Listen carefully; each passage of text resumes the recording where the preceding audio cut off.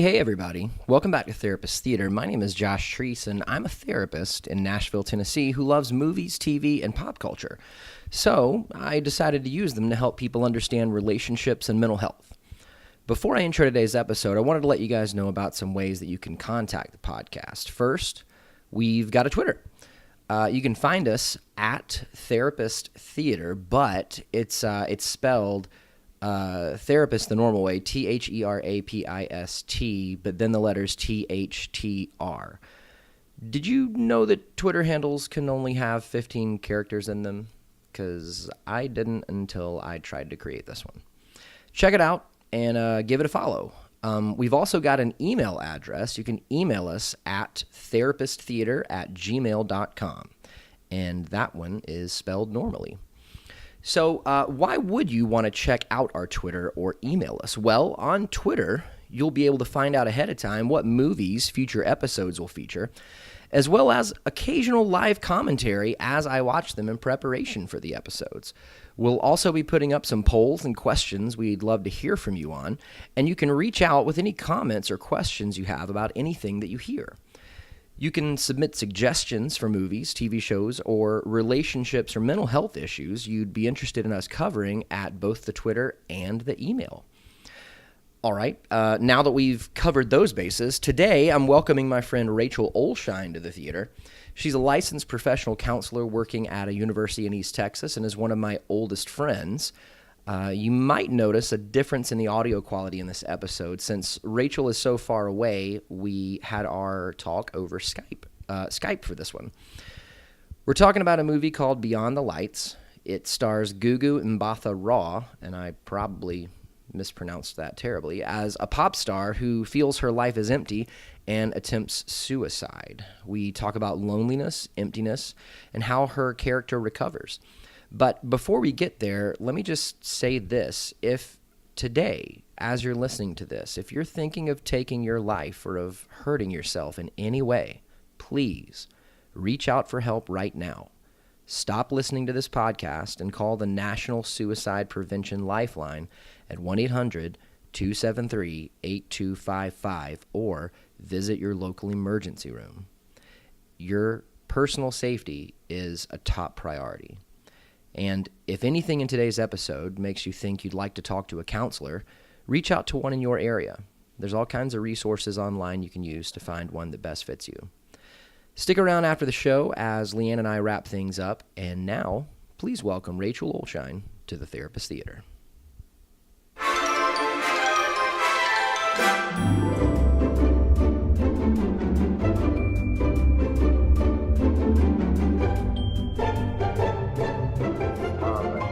So you were one of the very first people that I thought of.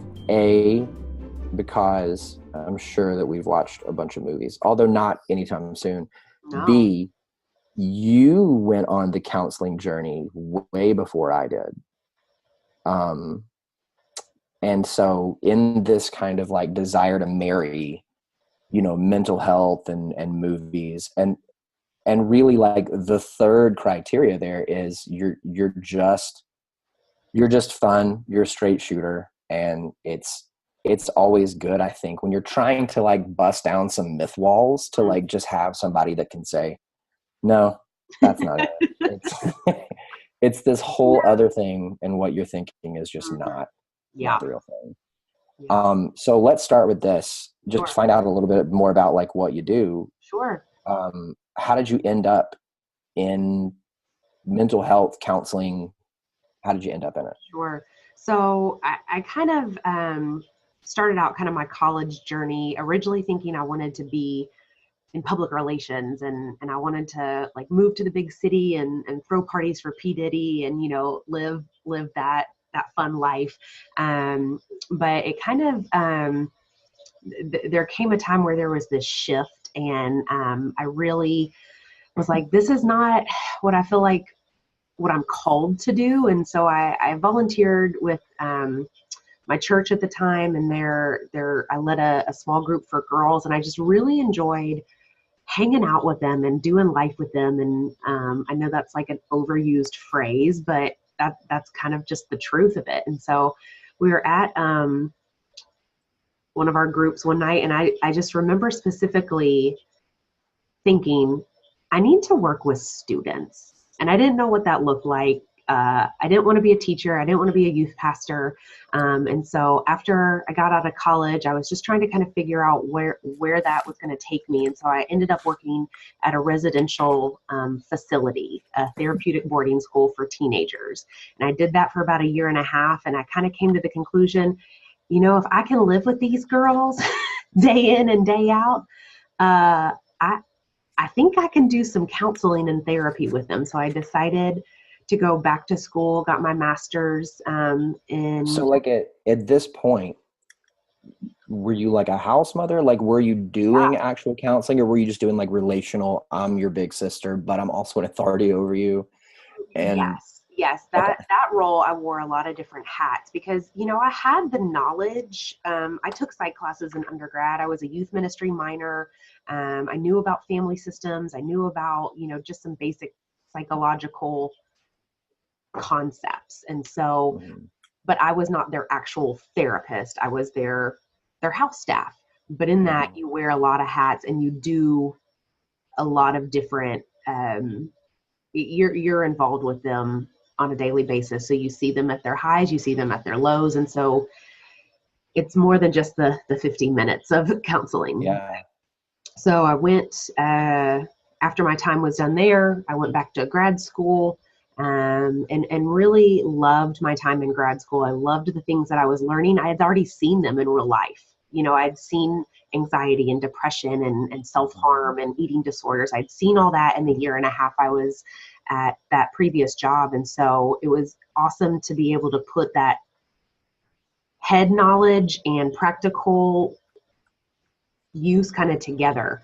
So after that, I felt pretty confident. Hey, this is what I want to do. This is what I feel like I'm called to. And I don't want to say I'm gifted at, but I feel like the way I'm designed and my strengths fall pretty well into counseling. So at that point, you would had this residential time. You went to grad school. You brought in a wealth of experience that then kind of met the academic training, the clinical training. At that point in that grad school journey, were you still kind of thinking, hey, I just want to work with students? Were you thinking, well, now that I have this education, I'm going to fine tune this idea a little more? Like, kind of where were you at in that grad school thing? Did it shape your kind of passion? So I think I was still pretty confident that I wanted to work with students. Like, I didn't want to work with small children. I liked adolescent, college-aged population. And so I did my practicum and all my internships at a psych hospital. And so the first, I'm trying to get this right in my head, I can't remember that. I think I did my practicum and my first internship on the adult unit. And then that last internship I did on the adolescent unit. And I grew, obviously you grow a lot when you're put in those kind of situations to be the therapist. I really did. I enjoyed both aspects of adults and adolescents, but I still felt pretty sure I wanted to kind of work mostly with adolescents. And that has been pretty consistent as I've kind of transitioned a little bit in some of my roles. Like, I work a lot with adolescents now in my practice, but I am seeing more adult individuals. Did you have a preference between male or females at that point in grad school? No. Yeah. Was it just kind of like you just took whatever they like? Because I know in mine, there were times in my practicum that I would exit a room saying goodbye to a client, thinking I had the next hour open, and the receptionist would be standing at my door to my office with a file folder saying, hey, we have another one for you right now. And maybe this is going to sound stereotypical. I think sometimes it's easier to be more direct with males and just kind of be a little bit more of a straight shooter, which is kind of how I am. And sometimes with females, I have to kind of get to know them and how they'll respond, So you and had to join just a little more, maybe. right. Okay. Beating around the bush on some aspects it's not worth your time or money. Yeah. When it boils down to it, I care about you and I want you to achieve your goals that you're setting. And so I don't have all the answers, but if I see something that I think needs to be noted, I'm going to do my best to be direct with you on that. Yeah. Yeah. I think there's been times where I've definitely tried to dance around and try to be a little more, I guess the clinical term would be insight focused and Sure. help a client kind of come to the realization themselves. But there's also been times where I've seen something that I think this is a little too important to kind of, not that I don't trust them to come up with it, but it's a little too, it's more of a body on a table. Hey, we got to get this thing taken care of. This is what I'm seeing. This is what I think you need to have happen, which the directness, it's interesting that you would say, you can be a little more direct with males. I don't know if I've thought about that. I think even hearing you say it, I would say it's been my experience as well. Just in all of my clients in the practicum and internship, in the internship were college students. So I think, a lot of times sessions 1, 2, and 3 were just kind of getting to know them, that kind of thing before even the real presenting issue came up. Mm-hmm. I also think there reaches a point in your therapeutic relationship where, and I don't know if I'm going to say this correctly, but like if you challenge that client and you put something out there and they then have a reaction, maybe it's tears or maybe it's anger, they obviously then have reached a point in their relationship with you where it's okay for them to be mad at you. Yeah. And to sit in that for a little bit and to be able to say, like, I feel like you're upset with what I said. Let's talk through this. And that Yes. is another, step forward in your relationship together in that therapeutic setting, but also for them that they're showing a vulnerable side, that it's not all nice and sunshine and rainbows, like, no, I'm pissed at what you just said. And I'm not okay right now. Yeah.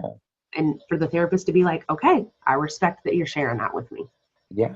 And I think a lot of my work is with attachment, Mm-hmm. and EFT, which I'm sure we'll talk about more later. But a lot of it is helping the client to realize it's okay to share your feelings in the context of our relationship, because I'm not going to bail on you. Mm-hmm.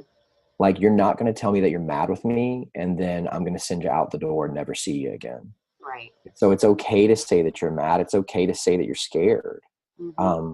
We're going to get more to the root of that. We're going to talk more about that, and we're going to do that together. Mm-hmm. It's just a way of building that healthy attachment. So to get us back on track, you did the grad school thing. It kind of solidified your desire to work with students. Mm-hmm. You finished up. And where did you go to grad school? Clemson University National Championships. What's up? Yeah. So what did you do after school? I went to Clemson, and I is a counselor education program with a clinical mental health track. And so it's a K-CREP program. And at the time I knew nothing. I was like, K-CREP, what? But it worked out well. So Yeah. I recommend And that. I think talking with you actually got me into a K-CREP program as well. Yes. So I had never heard of that. So when it Right. came time for me to find a grad school, and I called you up, that's how I ended up where I was. Right. So after grad school, I really wanted to kind of stay in South Carolina, but the job that I had been working at Clemson, it was a GA position, and it wasn't going to be available as a full-time position. So I was kind of looking around, and the residential facility needed a licensed therapist. And so The one that you were at before. Correct. Yes. So I'd already taken my NCE examination, and was just, at that time, it was a paper. Like, I took the NCE on paper and had to wait forever and a day to get those results back. Oh my gosh. And so I'd already moved back to Texas when I got those results. I'd already been working probably 2 months at back at the facility. And so anyways, I did that. I worked as a therapist there for 2 years and learned a lot and really missed higher ed, working in higher education. And so I then transitioned after 2 years to college in the area and worked there as a therapist as well as a student affairs specialist, and did planning and events and wellness initiatives for the students, which I really enjoyed. And I've been at this university for 4 years, and I do counseling as well as academic advising for graduate students. Wow. And I teach undergrad psychology. And what else do I do? That's about it. Yeah. Oh, I'm getting a doctorate. Yeah. And then that's all the hours. Yes. There's no more hours available to do anything. Yes. Yeah. Holy cow. Yeah, your days are pretty busy. It can be. So you're getting that doctorate. When you finish up that doctorate, Mm-hmm. what's it going to be in? It's going to be in educational leadership. I think one thing about being a counselor is that it's always a part of you, whether you like it or not, whether that's a good thing or not. So I will always keep my counseling license. I will probably always see a small population, a small clientele. This past, goodness, I've been doing officially kind of my I call it private practice, but I work out of our university center. I'm proud to say over the past 3 years, I've tripled my clientele. And last year I was nominated for one of the best counselors in East Texas. Wow. And they picked 3 people and I was one of the 3. So that was really honoring. I was very humbled by that. That was awesome. And so I think, when you're doing what you are supposed to be doing, there's blessings in that. So, but I know that I'm not wired to sit with someone all day, every day. And so that's where the educational component comes in, that I like the aspects of counseling within like the academic advising that I do. And kind of it's almost coaching, kind of career coaching as well. So I enjoy that. I think once I get my doctorate, I would still like to do some counseling, but I also would like to do some more career focused initiatives within a university setting. Yeah, that's incredible. I think that one thing that I really didn't know when I was finishing my undergrad, and maybe this is like something that's really newer that wasn't around, I don't know, maybe back then, but certainly before then, is that you don't necessarily have to just be one thing. You don't necessarily have to just do one thing. Right. The nameplate on your desk or something on your business card doesn't just have to be one word. I'm an ENFP. I'm an ENFP, so that fits my personality. I like my options. I don't want to be stuck doing one thing all day, every day. It's what I loved about residential treatment facilities, that no day is the same. It's what I loved about the hospital setting, that there's structure, but yet every day is different. Same with, as counseling in general. Yeah. There's some structure. You're going to see somebody around the same time, but every session's going to be different. Yes. I like that. I do too. Wow. Holy cow. So let's talk about a movie. So I chose Beyond the Lights. I'd actually watched this movie a month or 2 ago, even before you reached out to me to do this podcast.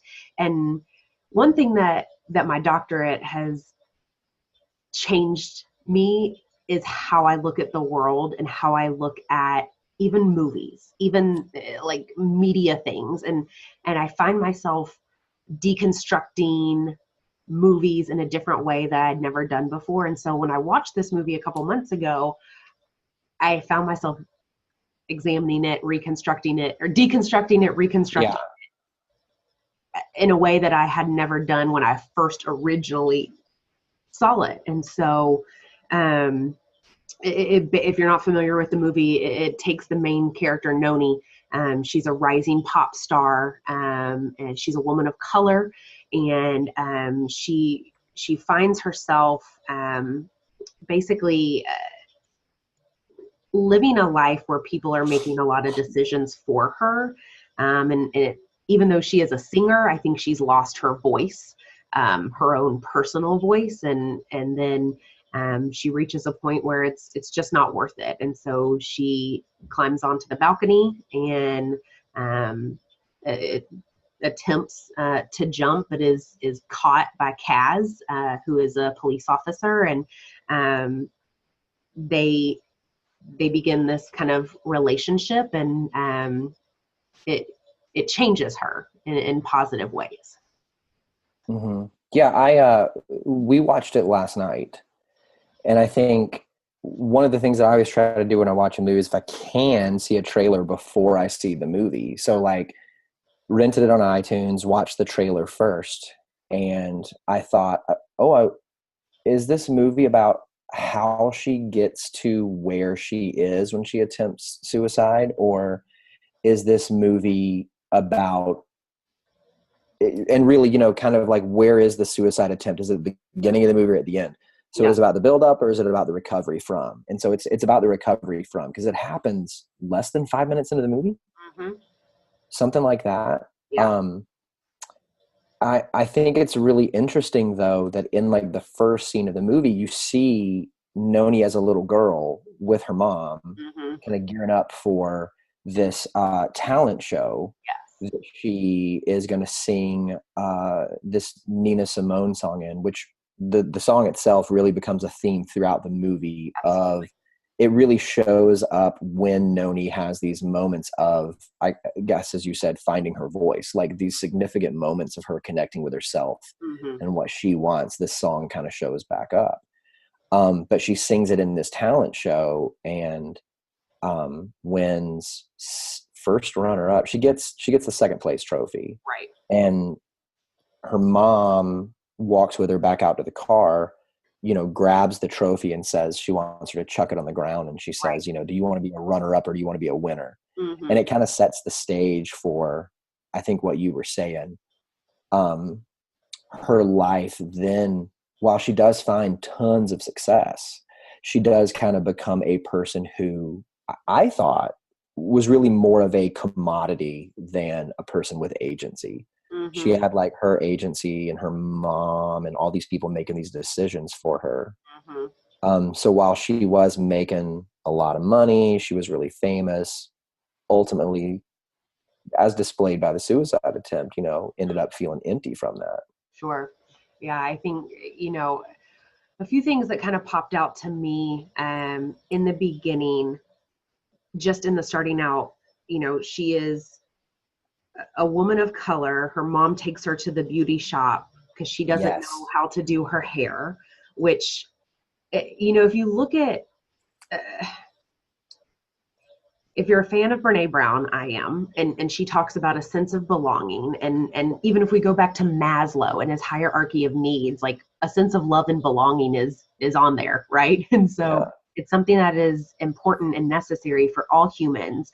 I think it kind of, that beauty shop scene, it sets the scene that she's different, whether it says it out loud or not, that we have this white woman raising a biracial daughter and she doesn't know what to do. And so she seeks help. And yet then this bar is set for Noni, and it goes back to kind of that authoritative parenting of I'm going to set this bar here, but you didn't reach it, so we're setting it higher. And she says somewhere, it's leaving me right now, but she says somewhere, maybe towards the end, that she's like, I just want to sing. Like she makes that clear that that's all Noni wanted to do, is to sing.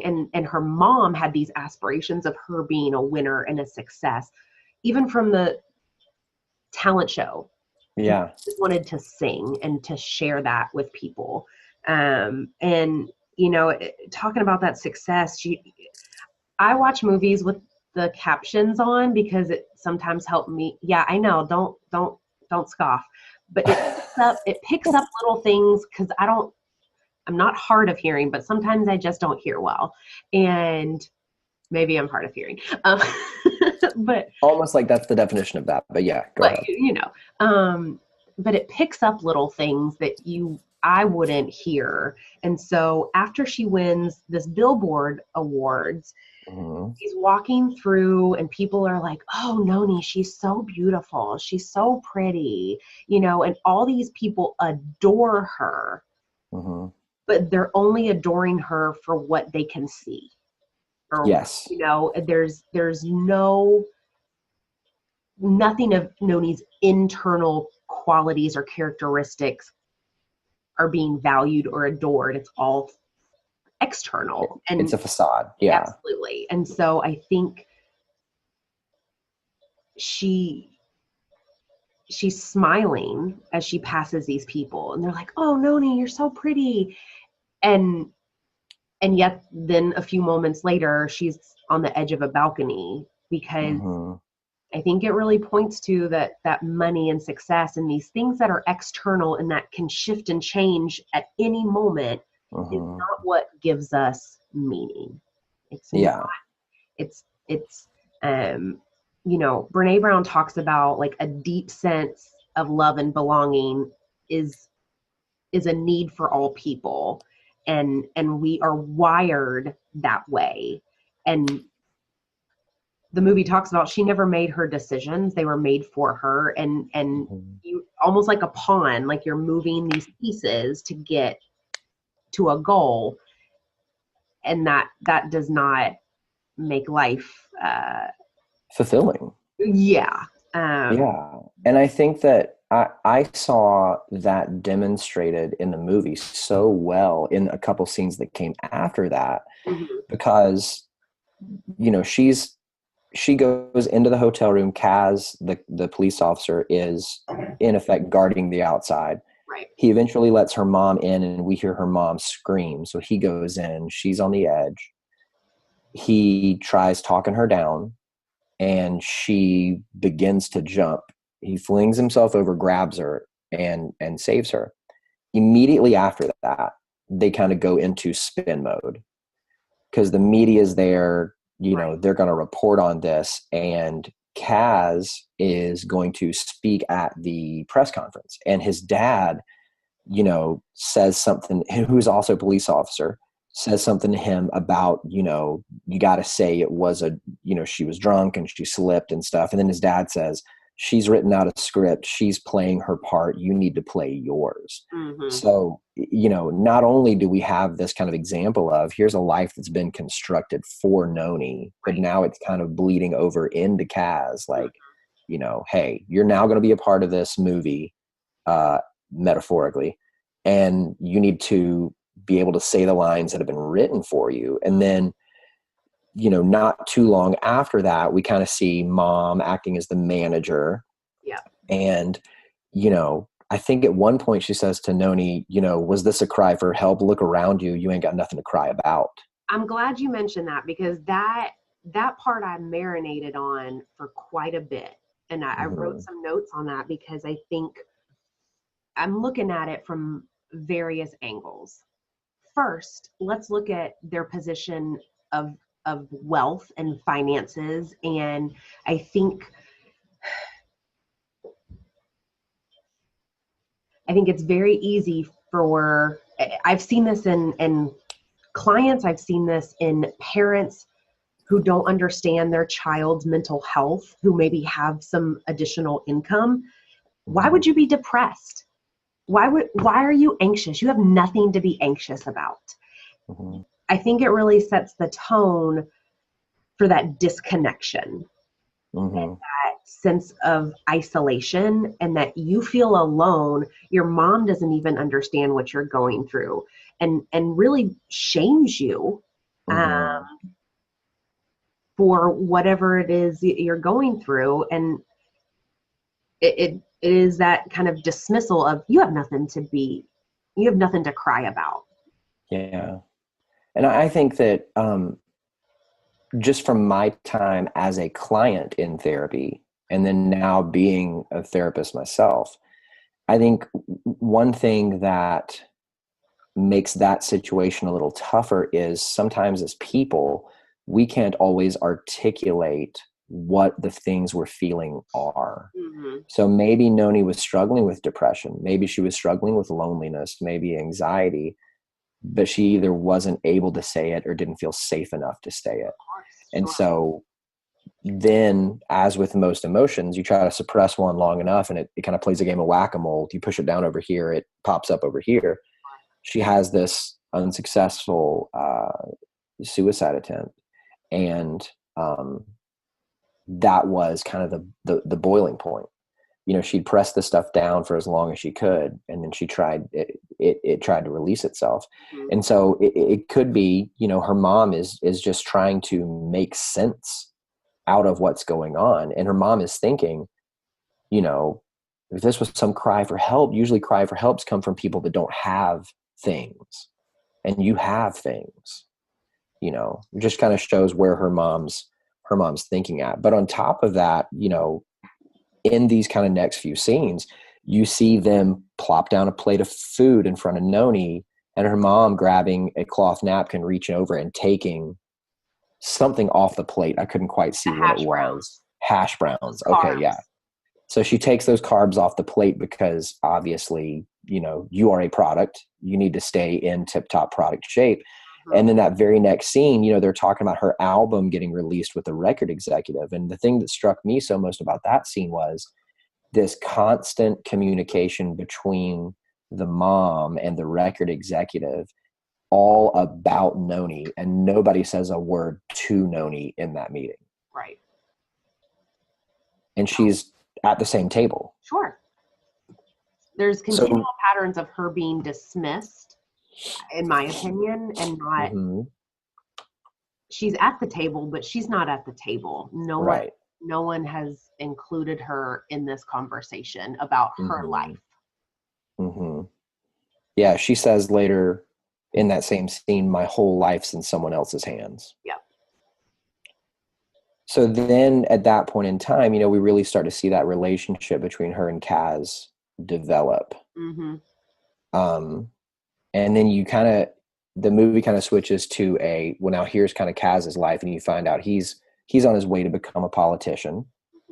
You know, currently police officer. I think he said he studied political science, but his dad and a lady, I don't know. I mean, was she like a campaign manager? I don't know really what she. Yeah, I think she was like a PR person. Okay. But they're basically beginning the process of something similar to what Noni's been living in for a long time. They're trying to set him up to look a certain way, to act a certain way, to be a certain way. And at some point, let's see, either the lady or his dad, I can't remember who, but they said about Noni to Kaz, this one's not first lady material. Correct. They make a joke about church girls. Yes. Right. Yeah. But there were several points in the movie that I could say just absolutely broke my heart. That was, I think, one of them, because you have this woman who is struggling with her outside versus her inside. Sure. You know, her outside's been groomed for so long to be a certain way, so that her image could at least be sold, and her inside is telling her something different. And then now you have somebody in a side story at that point in time really confirm, you know, what I think her deepest fears probably are, that all I am is my outside. Right. And I think that's where in the work that I do, especially with teenagers, that the world we live in is so focused on what is external. And the movie talks a little bit about the influence of social media, which I don't want to like harp on. But you know, Noni is looking at her Twitter, and her mom tells her, like, don't look at that. And, you know, you see she has to go on these, you know, interviews and so everything is spun, you know, a different way. And a lot of teenagers I work with struggle with who they are and feeling confident and looking at their self-worth, not just their self-esteem, but their worth and their value. And they place it on these externals that can change at any moment. You know, what kind of shoes you have, what phone you have, you're pretty, you're not pretty, your hair, your athleticism, you know, all these different things, as opposed to looking internally at intrinsic values. And no one really gets to see Noni's intrinsic value until she opens herself up to that relationship. And I think true belonging, going back to Brene Brown, is when you can be your authentic true self and allow yourself to accept yourself.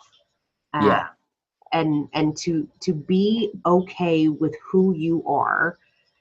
And then that will show and reflect in your life, and people can choose that or not. I've seen it in client life. I've seen it in my personal life. And, you know, I think we're imperfect and we have to work to love and accept that about ourselves. Yeah.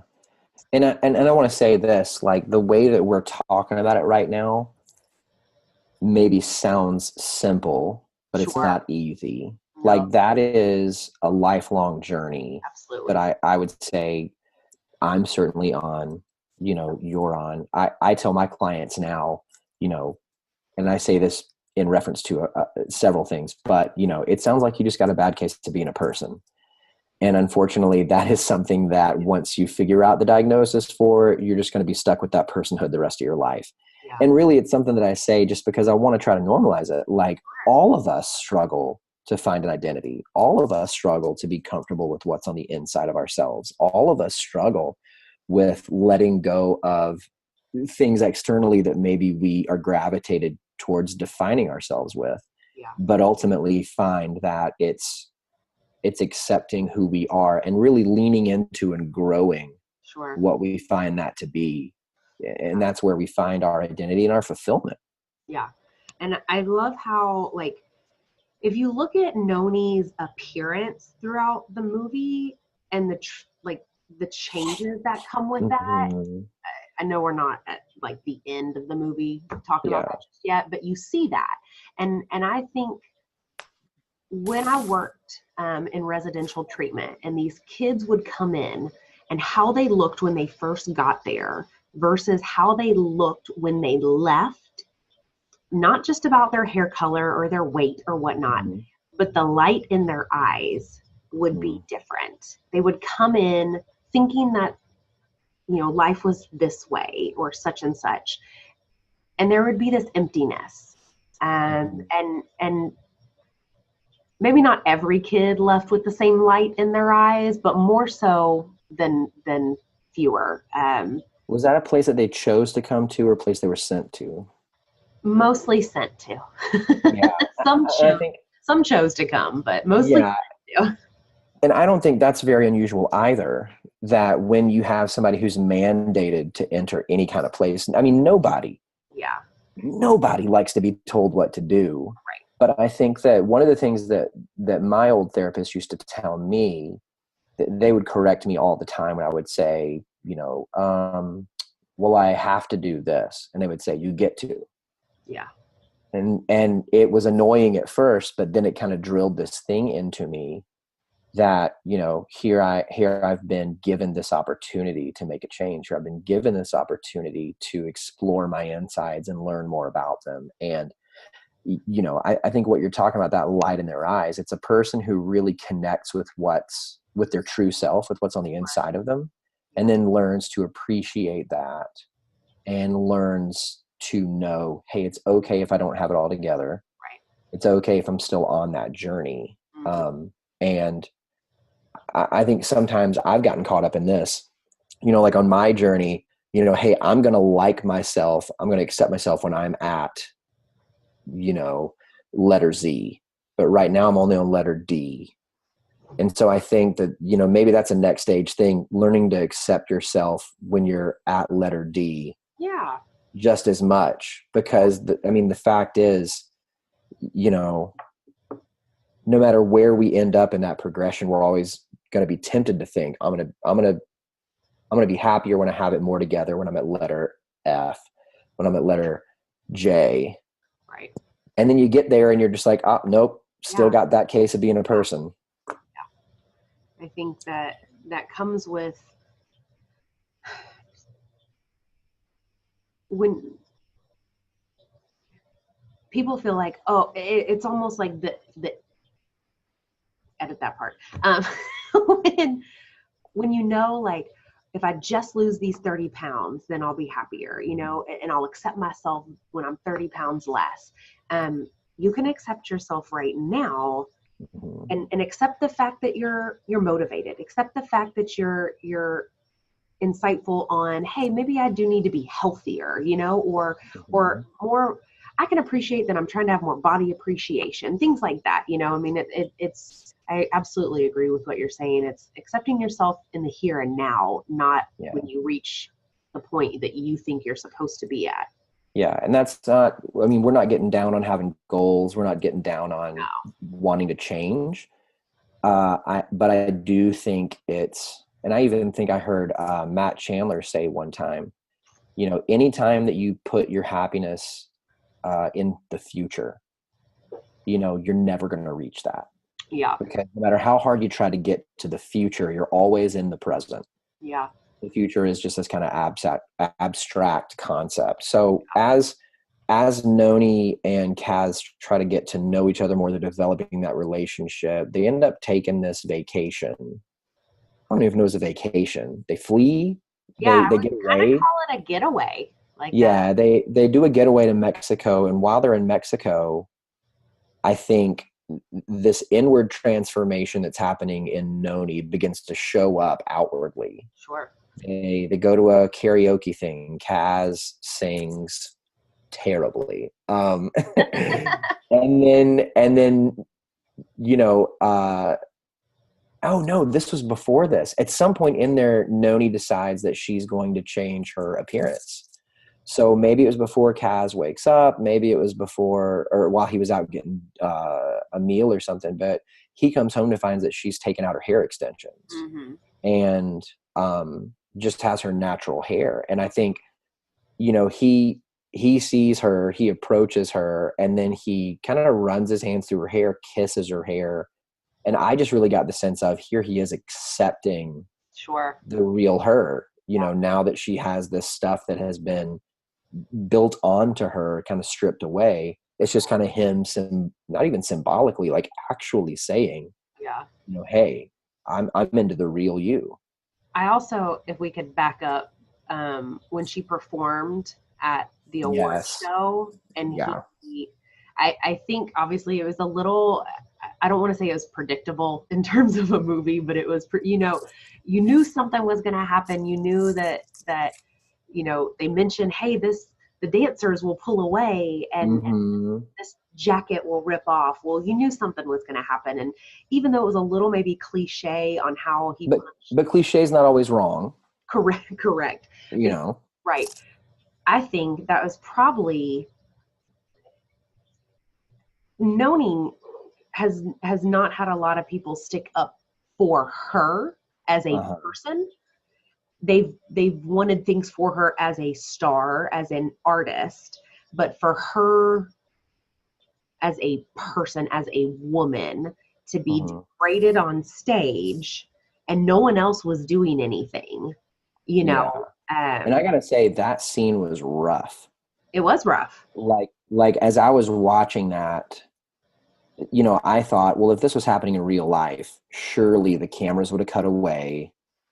The press would have been all over Machine Gun Kelly, whatever his name was in the movie. Like they'd have been all over him the next day. Like people would have just been disgusted. Sure. But, in this scene in the movie, and this is right before her and Kaz get away to Mexico. And I had this written down and I don't know why I skipped over, but like you kind of get the sense like that's the ultimate breaking point. Like here she was just, used on stage. For somebody else. And Kaz sticks up for her, and I think she sees she maybe takes a little bit from that of, here's a person who thinks I'm worth fighting for. Absolutely. I think that's kind of what stuck out to me as well, of he sees me. He's told me he sees me since the moment he saved me. And Mm-hmm. and he sees my worth, and he sees that I'm worth fighting for, and protecting. I don't know if she experienced a lot of protection, Mm-hmm. in that way. Um, and I think, um, it it just kind of stuck out to me as, um,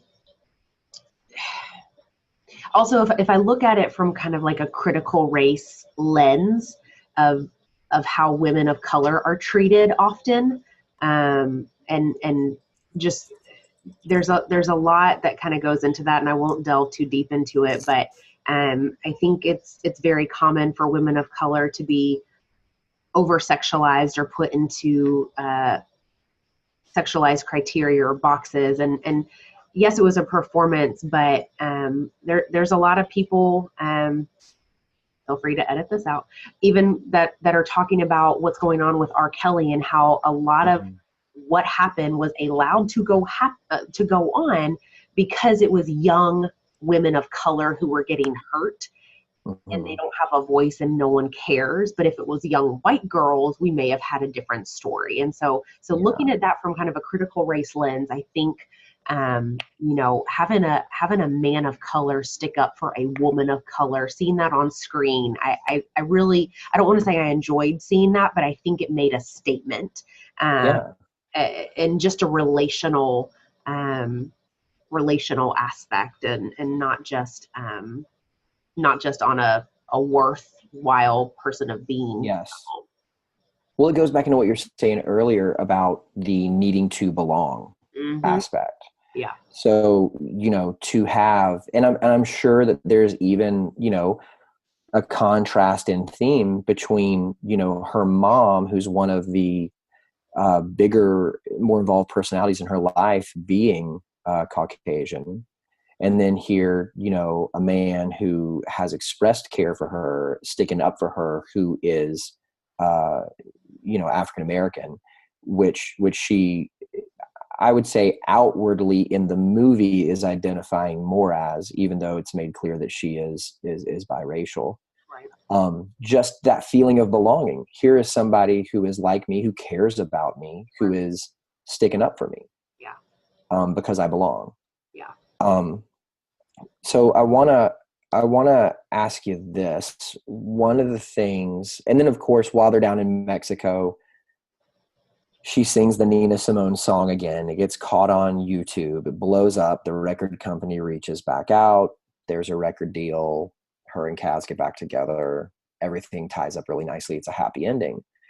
One of the things that I was really struck by was this movie's presentation of suicidality and depression as really something that happens externally. Mm.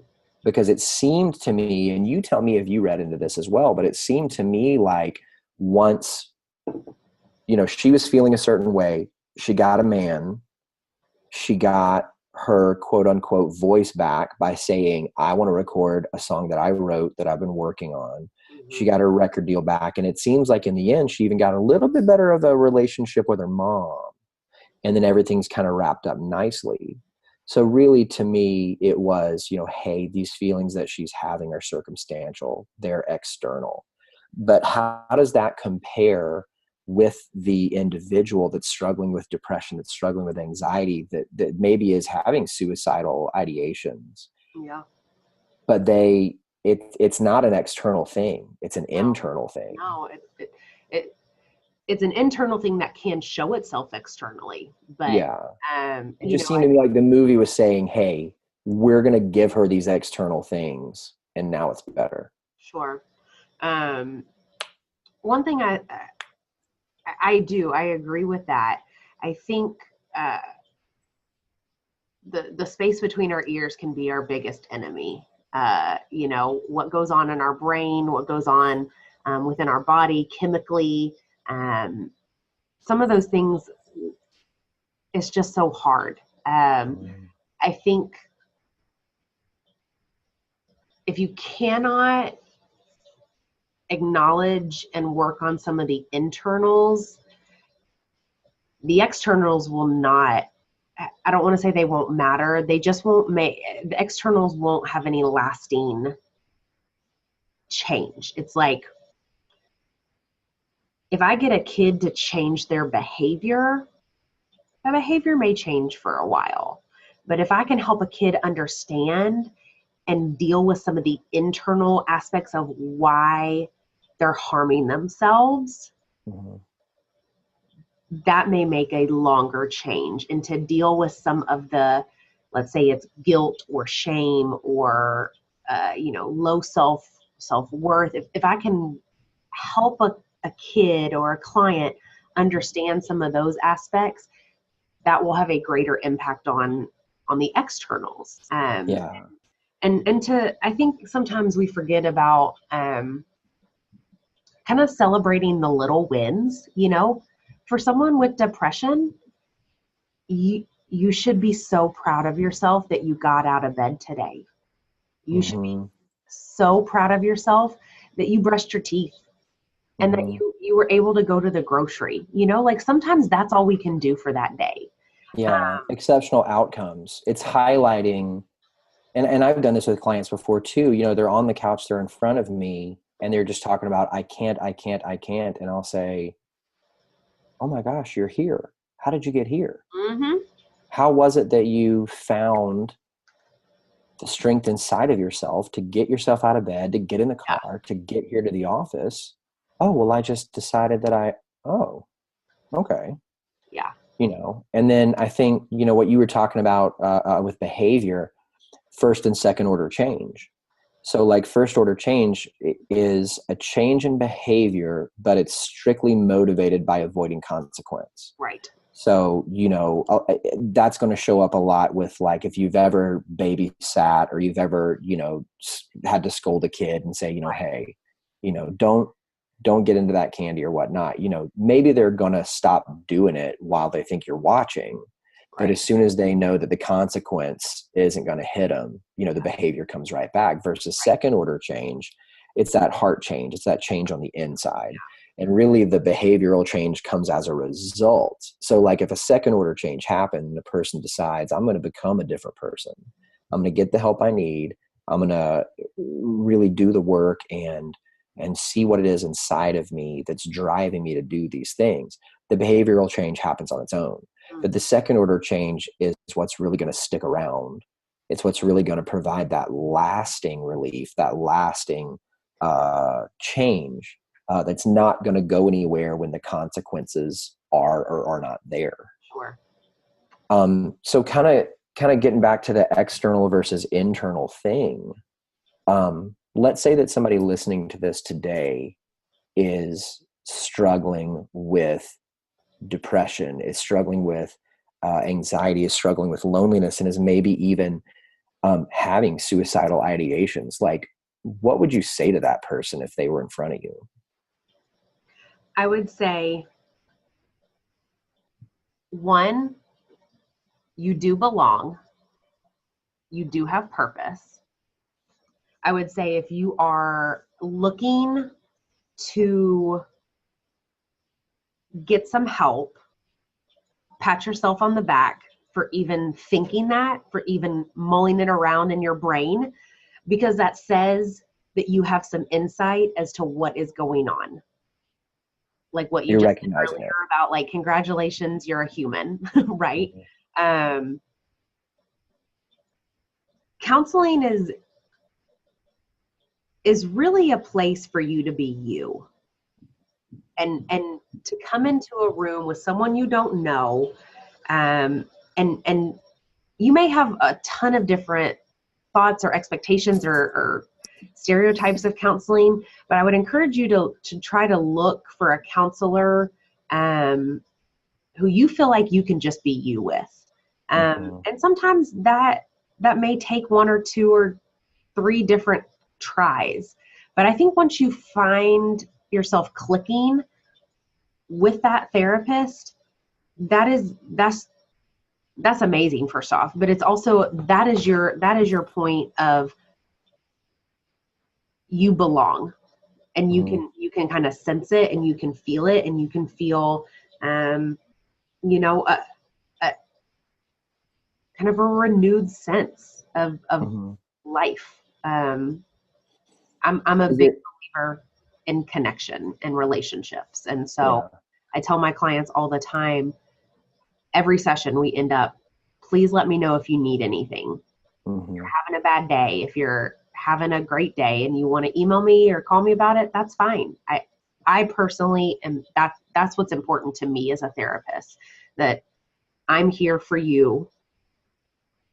Responding to an email takes me 10 minutes at the most, right? It doesn't carve into my day. And I need boundaries as a therapist, but that doesn't happen often, you know, those extra emails or whatnot. But I always try to tell my clients, I'm here if you need me.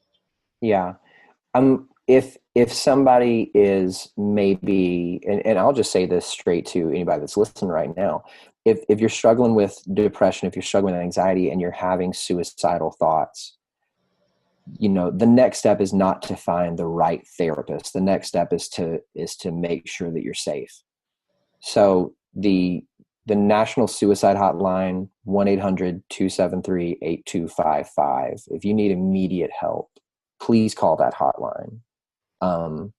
Please call somebody that you love. Please reach out to a healthcare professional. Go to the emergency room. Call the hotline. Get help immediately. And once you're safe, you know, then it's time to work on finding a right therapist. But your personal physical safety is the most important thing. Sorry, I forgot that you had said suicide. I was just thinking anxiety and depression. But I agree with that. Like, you need to be safe. We're gonna work on the other stuff after we work on that. But I mean, I think, you know, regardless of how well this movie was received or how good or bad it might have been, I do think it's a really good look at somebody who outwardly has it all together and yet still feels empty and makes a drastic choice. And then, you know, and I'll say this to anybody, through the power of true intimacy and real relationship, you know, not only finds herself, but finds a sense of belonging that I think gives her something that she didn't have before. For sure. Fair to say? Absolutely. I mean, if you feel like you belong, I think that it also implies that you're loved, you're cared about. Not to say you just fit in, quote unquote, but you're a part of something bigger than yourself. And that, I think, a lot of times gives people just sense of purpose and meaning. Yeah. Have you ever read Viktor Frankl's Man's Search for Meaning? Yeah, I love it. I mean, he basically says, I'm going to sum up a really great book in a really short way. A person can get through any what if they have a good why. Yes. So as long as you know your why, you can get through anything. And that's coming from a guy that was in Auschwitz. Yeah. So, well, Rach, thanks so much for doing this today. Yeah, it was fun. You're the very first person. Oh, man. This is setting the standard. I mean, anybody that comes after you, they're going to have to meet that bar. You're the bar. Okay. Well, I'd love to come back anytime. Boom. I love it. So, I mean, do you want to plug anything? Do you want people to find you anywhere? Do you care about that stuff? I mean, I can't counsel people out of Texas. So, I mean, well, if somebody's in Texas and they want to see you, can they? Yeah. You can look at my website. It's rachelolshine.com. I'm in East Texas. So if you're in the East Texas area or really in Texas at all, we can video therapize. No, I'm just kidding. Don't say that. I can do telecounseling or video counseling, but I hope people had a good time listening and Yeah. gain something from it. Nice. Any social medias that people can find you at? Oh, I have a Facebook, Rachel Olshine LPC, maybe. Okay. Rachel Olshine LPC on Facebook. There Yeah, you go. I think that's what it is. Let me double check. Yeah, Rachel Olshine LPC, Yep. and then Nice. yeah, so yeah, awesome.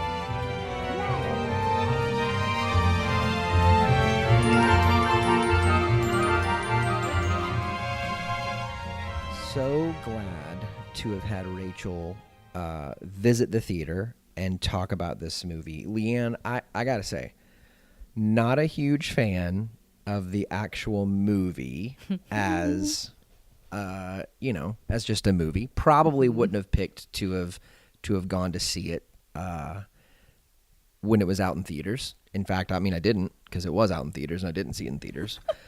But I really loved it as a starting point for the discussion that we ended up having. And one of the things that I really liked the most about that is I think a lot of the issues that we talked about are really onion-like, and that they have a lot of layers. And so I know that as you and I were talking about the movie, you actually pointed out some things that I didn't think about, and Rachel didn't really touch on either. So what were some of the things that as you watched the movie and even kind of listened to our conversation that you noticed that are important to add in as well? Yeah, so I think first, I really love at one point, and you guys just touched on this, both of you mentioned race. And I think that that's really important. I think that was an important part of the movie, even though it isn't something you guys necessarily talked a lot about, or it's not something super directly brought up. But yeah, and I don't by any means want to speak on this as if I'm anywhere near enough like knowledgeable. I follow a couple really great Black women educators on Instagram, and just downloaded Layla Saad's workbook called Me and White Supremacy, which I would recommend just like looking into. But anyways, I just was glad you guys brought it up. And at the end, Rachel did sort of mention that the fact that Noni being a Black woman was an important piece of like the racial component of this movie. And I think it's important to note that the people who were making decisions in her life for her were like her white mother, and then like an executive board of like mostly white males, in that conference room talking about her album. So yeah, I think that's just something important to like highlight about this movie.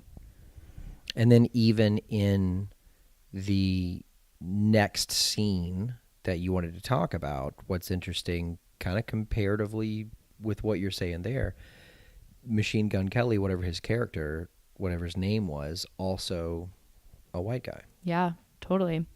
Yeah, so the second big like scene, and then also part of your conversation that stuck out, was when you guys talked about the show. So the show where she's basically like assaulted on stage by Machine Gun Kelly. And then in the process of that, Kaz comes out and like punches him, and it's a whole scene, and that's right before they flee to Mexico. So Rachel said, like when you guys were talking about it, she pointed out that for Noni, that might have been one of the first times that somebody fought for her, and that she kind of saw somebody taking action that said, you're worth something, like you're worth fighting for, just you, like as a person, which I think is a great point, A. And then B, it made me remember another part of the movie where it's after Mexico. Kaz and Noni left Mexico separately. So they're kind of like broken up for this little period of time.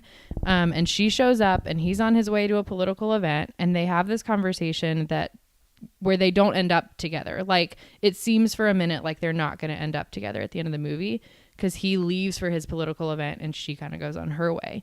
But in that conversation, I hope I'm remembering it right, like she shares that she's going to go to therapy, that she's taking steps to do stuff that's good for her and like take care of her. And the reason that I love that is because that was a moment of her saying, I am worth it. Even if you are not, you know, my partner, even if you are not with me romantically, I'm still worth fighting for myself. And that's just something like throughout the whole movie, I was kind of critical of this. It seemed a lot like her issues that she was having once she got with Kaz, or like when she was with him, they went away. And I think that's such a dangerous, but also really prevalent idea in our society, that like, if you find the right partner, the right job, and I mean, you even mentioned this, like if I get to point Z, I'll be happy. And I think romantic partnerships are like highly emphasized as things that will make you happy and, you know, kind of magically fix all your internal issues. And so, yeah, I was just critical of that through the whole movie, and then was really glad that there was a moment in that scene where without a romantic partner, she was still going to take steps to fight for herself and take care of herself. And just recognize that like she was worth it, whether or not she had him. Yeah, I just really like that. another great moment, and there were several towards the end where she began to take hold of her agency. She began to, I think the movie calls it, find her voice. So that was Beyond the Lights. Thank you guys so much to listening to the very first full episode of Therapist Theater.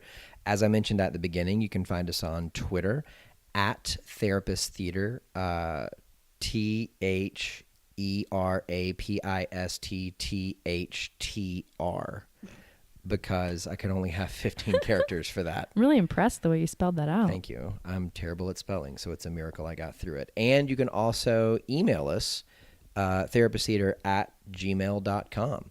And with that, the theater is closed.